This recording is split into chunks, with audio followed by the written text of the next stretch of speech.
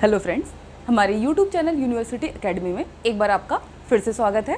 Cloud computing subject की इस lecture series में आज हम बात करेंगे लेवल्स ऑफ वर्चुअलाइजेशन। तो अगर अब हम बात करें लेवल्स ऑफ वर्चुअलाइजेशन की, तो जो सबसे पहली चीज़ वो दिमाग में आती है वो ये कि लेवल्स ऑफ वर्चुअलाइजेशन क्यों डिफाइन किया गया, या अगर इसको बनाया गया है levels of different levels of virtualisation, तो इसका बेसिकली वर्चुअलाइजेशन प्रोसेस में क्या रोल था या क्या यूजर्स थे, क्या बेनिफिट प्रोवाइड करता था ये यूजर्स को। तो अब अगर हम बात करें कि लेवल्स ऑफ वर्चुअलाइजेशन बेसिकली है क्या, तो इसको समझने के लिए हम इस तरीके से समझ सकते हैं, जैसे बेसिकली इनिशियली जब जो भी कंप्यूटर सिस्टम यूज होते थे, तो एक मैंने यहाँ पे डायग्राम भी रेफर किया हुआ है, तो इसको आप देख सकते हो। तो इसमें इस तरीके से अगर हम समझें कि बेसिकली वर्चुअलाइजेशन मैंने आपको क्या बताया था कि एक ये सपोज ट्रेडिशनल सिस्टम है और ये मीन्स कि एक कंप्यूटर सिस्टम इस तरीके से डिज़ाइन है जिसमें कि बेसिकली वर्चुअलाइजेशन प्रोसेस यूज़ किया जा रहा है। तो दोनों में अगर हम डिफरेंस समझ जाएं कि दोनों सिस्टम में क्या डिफरेंस है, तो इस जो लेवल्स इसके डिफाइन किए गए हैं इसको इजीली समझा जा सकता है। तो अब देख लेते हैं। सबसे पहले अगर हम ट्रेडिशनल सिस्टम की बात करें, तो ट्रेडिशनल सिस्टम में क्या है, इनिशियली यहाँ पे सेट ऑफ हार्डवेयर्स होंगे, देन इसी तरीके से कोई उस पर्टिकुलर सिस्टम का एक ऑपरेटिंग सिस्टम होगा एंड देन डिफरेंट एप्लीकेशन, यानी कि जो डिफरेंट सर्विसेज यूजर यूज कर रहा है उसकी बात कर रहे हैं। तो इस तरीके से एक यहाँ पे ऑपरेटिंग सिस्टम है जो कि एज एन इंटरफेस वर्क कर रहा है बिटवीन हार्डवेयर एंड एप्लीकेशंस। अब इसी तरीके से अगर ये इधर इस सिस्टम की हम बात करें, तो इसमें क्या है, बेसिकली एक यहाँ पे host running the, that means कि हार्डवेयर्स रनिंग द होस्ट, यानी कि वो सारे हार्डवेयर्स जो कि होस्ट सिस्टम यानी कि जो सर्विस प्रोवाइडर है उधर से अगर हम बात करें, तो वो सारे के सारे हार्डवेयर्स वो यहाँ होंगे। इसी तरीके से अब यहाँ पे एडिशनली क्या होगा, एक वर्चुअलाइजेशन लेयर होगा जिसमें कि with the help of hypervisor different जितने भी यहाँ पे हार्डवेयर्स है उन सबको वर्चुअलाइजेशन फॉर्म में यानी कि वर्चुअलाइज करके यूजर को, यानी कि ये गेस्ट ये जो होगा यूजर, और उसको डिफरेंट एप्लीकेशंस प्रोवाइड किए जा रहे हैं, राइट। तो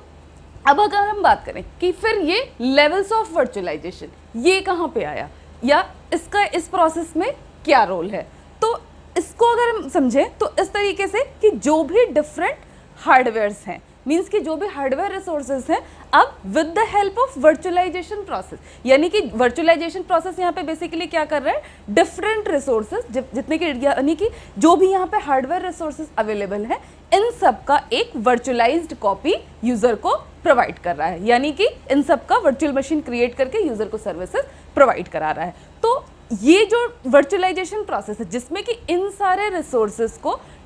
वर्चुअलाइज किया जा रहा है, तो इसके बीच में ये जो रोल है, यानी कि ये जो लेयर है वर्चुअलाइजेशन लेयर, इस लेयर पे इसमें ये जो इम्प्लीमेंटेशन होगा, मींस कि हार्डवेयर रिसोर्सेज का उसका जो कन्वर्जन होगा वर्चुअलाइज्ड फॉर्म में, तो ये जो कन्वर्जन होगा it requires some implementation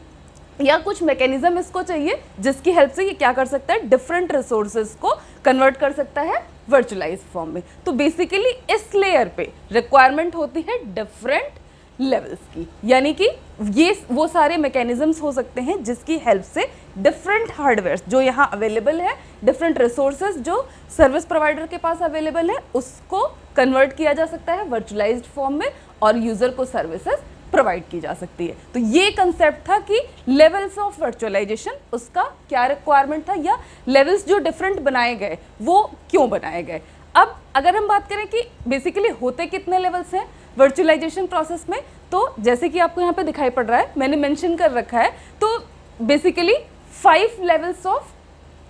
virtualisation जो कि अवेलेबल हैं यहाँ पे इम्प्लीमेंटेशन करने के लिए या रिसोर्सेज को इसके थ्रू प्रोसेसिंग के लिए, जिसके थ्रू वर्चुअलाइज्ड फॉर्म में रिसोर्सेज को अवेलेबल किया जा सके। तो देख लेते हैं कि कौन कौन से यहाँ पे लेवल्स हैं। First is instruction set architecture, यानी कि सबसे पहला जो इसमें है instruction set architecture level, it is also known as ISA level, right. अब अगर नेक्स्ट बात करें, सेकेंड देख लेते हैं इसी तरीके से हार्डवेयर एब्स्ट्रैक्शन लेयर, यानी कि HAL level, it is also called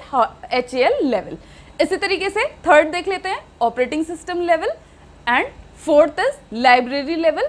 it is also called user level API। अब लास्ट अगर हम बात करें कि लास्ट जो इम्प्लीमेंटेशन प्रोसेस होता है या लास्ट लेवल ऑफ वर्चुअलाइजेशन जो होता है वो क्या होता है, दैट इज एप्लीकेशन लेवल। तो बेसिकली ये 5 लेवल्स ऑफ वर्चुअलाइजेशन है जिसकी हेल्प से जो भी रिसोर्सेज हैं उसको कन्वर्ट किया जा सकता है वर्चुअलाइज फॉर्म में, या इस तरीके से इसकी हेल्प से इन रिसोर्सेज को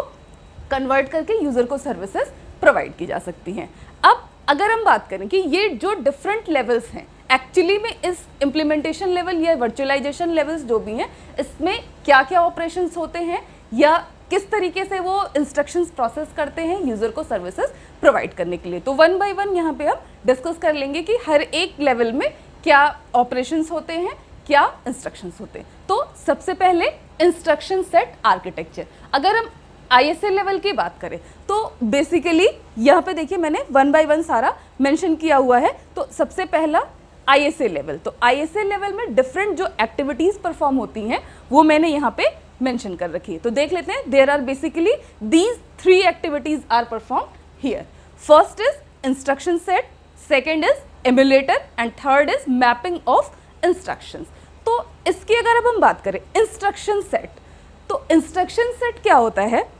यहाँ पे जितने भी हार्डवेयर्स अवेलेबल हैं,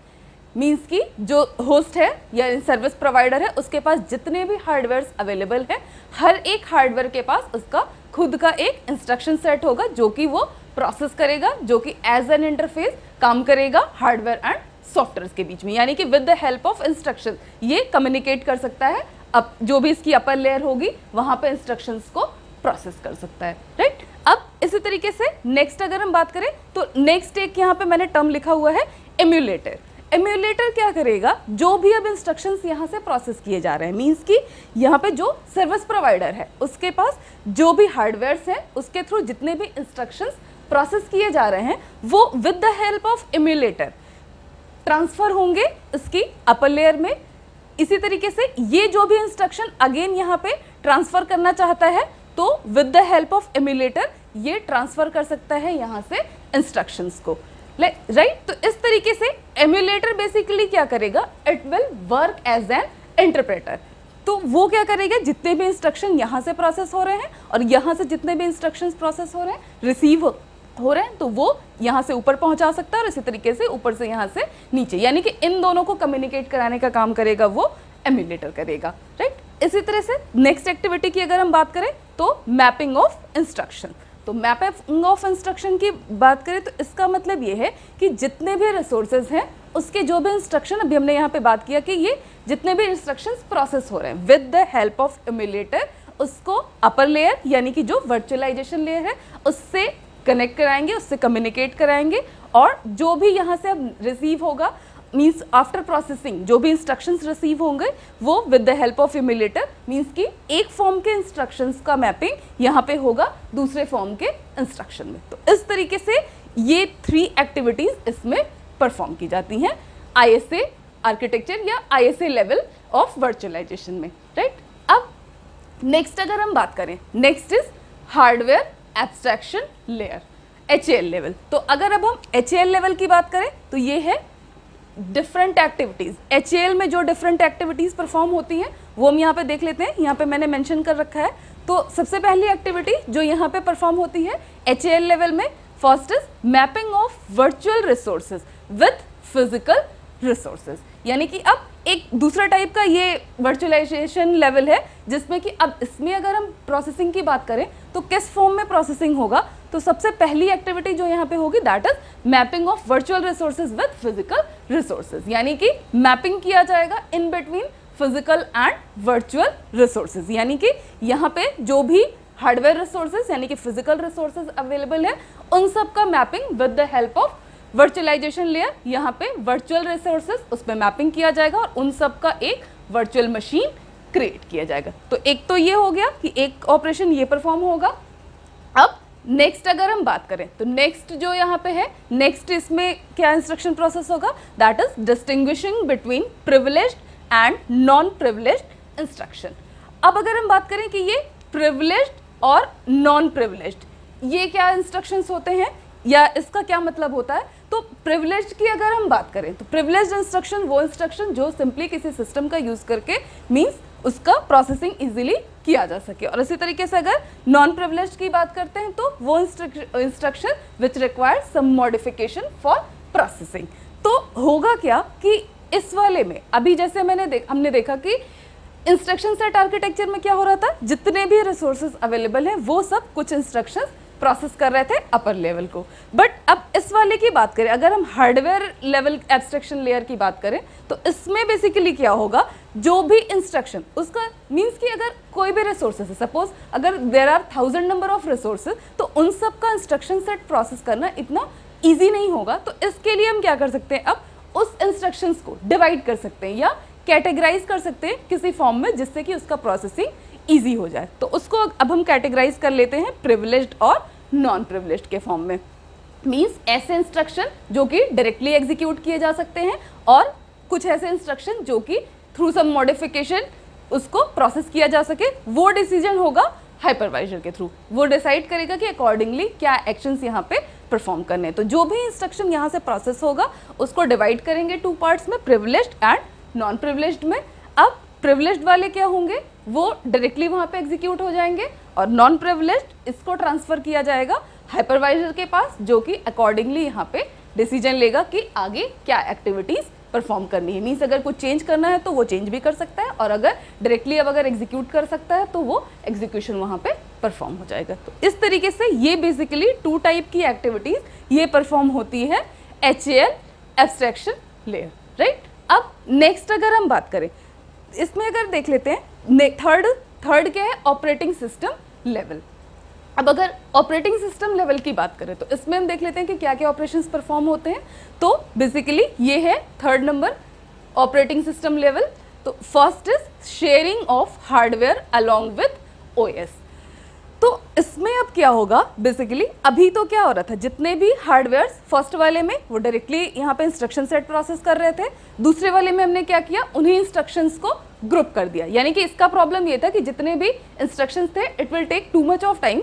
टू प्रोसेस दैट इंस्ट्रक्शन। तो उसको लिमिट करने के लिए हमने कैटेगराइज किया उसको डिफरेंट इंस्ट्रक्शंस के फॉर्म में, राइट। अब अगर हम कैटेगराइज भी कर देते हैं 2 टाइप्स में, प्रिविलेज्ड और नॉन प्रिविलेज्ड में, तो अगेन क्या होगा, फिर ये डिसीजन की कौन से प्रिविलेज्ड होंगे कौन से नॉन प्रिविलेज्ड होंगे, again it will take time. तो इसको सॉल्व करने के लिए, इस प्रॉब्लम को रिमूव करने के लिए नेक्स्ट आता है ऑपरेटिंग सिस्टम लेवल, जिसमें कि क्या होगा, बेसिकली जो भी सिस्टम है यहाँ से, यानी कि जितने भी हार्डवेयर्स हैं और आफ्टर वर्चुअलाइजेशन लेयर, तो क्या होगा, इसी के पास एक ऑपरेटिंग सिस्टम यहाँ पे जो भी इंस्टॉल होगा और जो भी सर्विसेज यहाँ से प्रोसेस की जाएंगी, अब डायरेक्टली हार्डवेयर उसके इंस्ट्रक्शंस को ना कन्वर्ट करके with the help of operating system,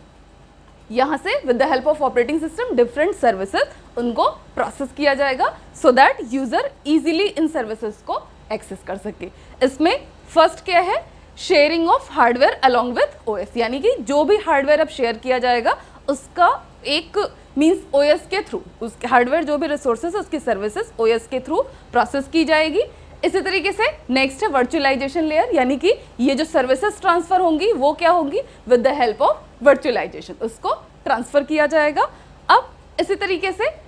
third इसमें है, third operation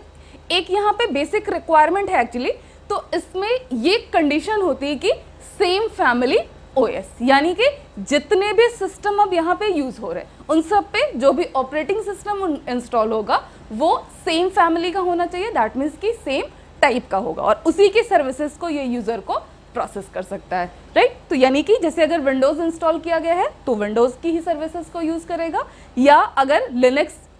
operating system install किया गया है तो यहाँ पे ये बेसिकली लिनक्स की सर्विसेज को ही प्रोसेस करेगा। तो इस तरीके से OS लेवल में ये 3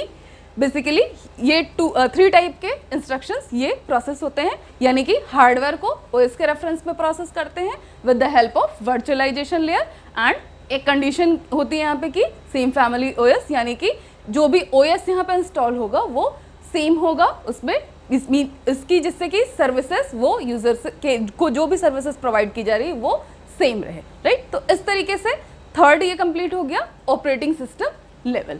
अब नेक्स्ट अगर हम बात करें नेक्स्ट क्या है यहाँ पे, लाइब्रेरी लेवल, यानी कि नेक्स्ट टाइप का जो वर्चुअलाइजेशन लेवल होता है जिसके थ्रू इम्प्लीमेंटेशन कर सकते हैं, दैट इज लाइब्रेरी लेवल, और इसको और हम कह सकते हैं यूजर लेवल एपीआई। तो अब अगर हम यहाँ पे एक कंसेप्ट देख रहे हैं दैट इज एपीआई, तो यानी कि एक नया कंसेप्ट अब हम इसमें यूज करेंगे कि AP through some API, means अभी तक क्या हो रहा था, जो सर्विसेज डायरेक्टली ओएस के थ्रू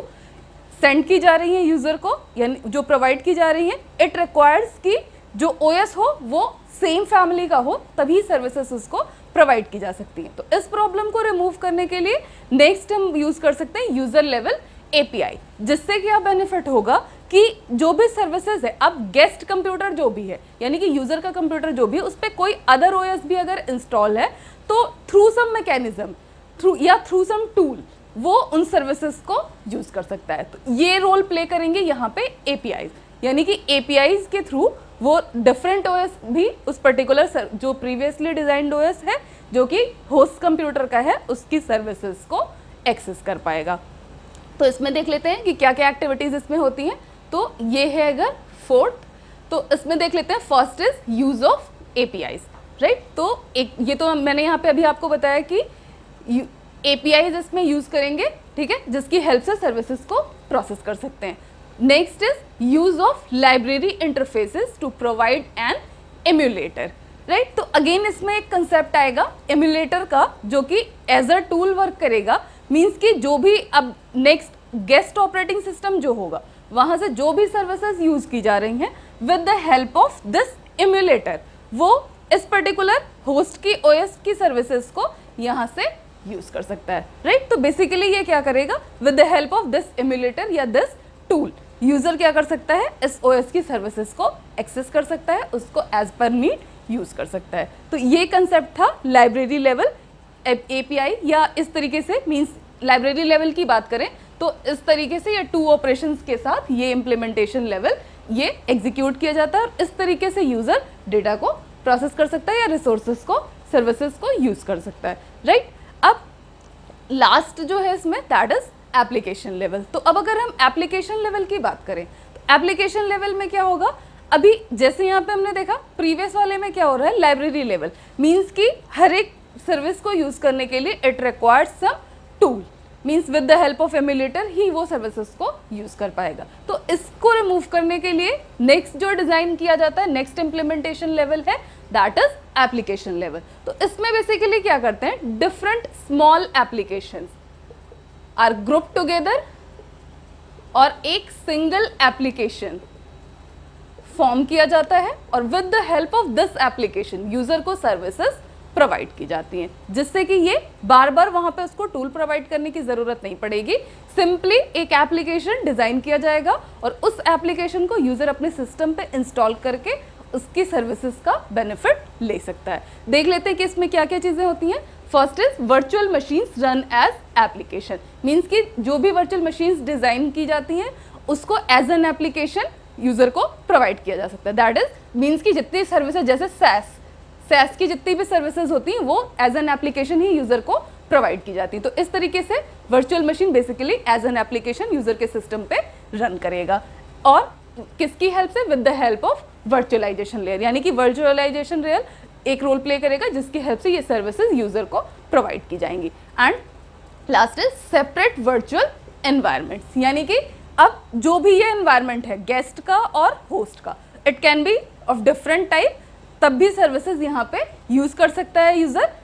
क्योंकि यहाँ पे अब हमने क्या किया है, बेसिकली एप्लीकेशन डिजाइन करके वो एप्लीकेशन यूजर को प्रोवाइड कर दिया, तो उस एप्लीकेशन की हेल्प से यूजर सर्विसेज को यूज कर सकता है। तो इस तरीके से बेसिकली ये 5 टाइप के लेवल्स ऑफ वर्चुअलाइजेशन जो मैंने आपको बताया, और इस तरीके से ये यूजर को सर्विसेज प्रोवाइड कर सकते हैं, इस तरीके से इम्प्लीमेंटेशन प्रोसेस कंप्लीट हो सकता है, राइट। तो आज के लिए इतना ही, बाकी की चीज़ें हम अपने नेक्स्ट वीडियो में लेके आएंगे। अगर आपको ये वीडियो अच्छा लगा हो तो आप लाइक कर सकते हैं, और अगर अभी तक आपने हमारे चैनल को सब्सक्राइब नहीं किया है तो आप सब्सक्राइब कर सकते हैं, जिससे कि आपको जो भी लेटेस्ट नोटिफिकेशन होगा वो मिल जाएगा। Thank you so much.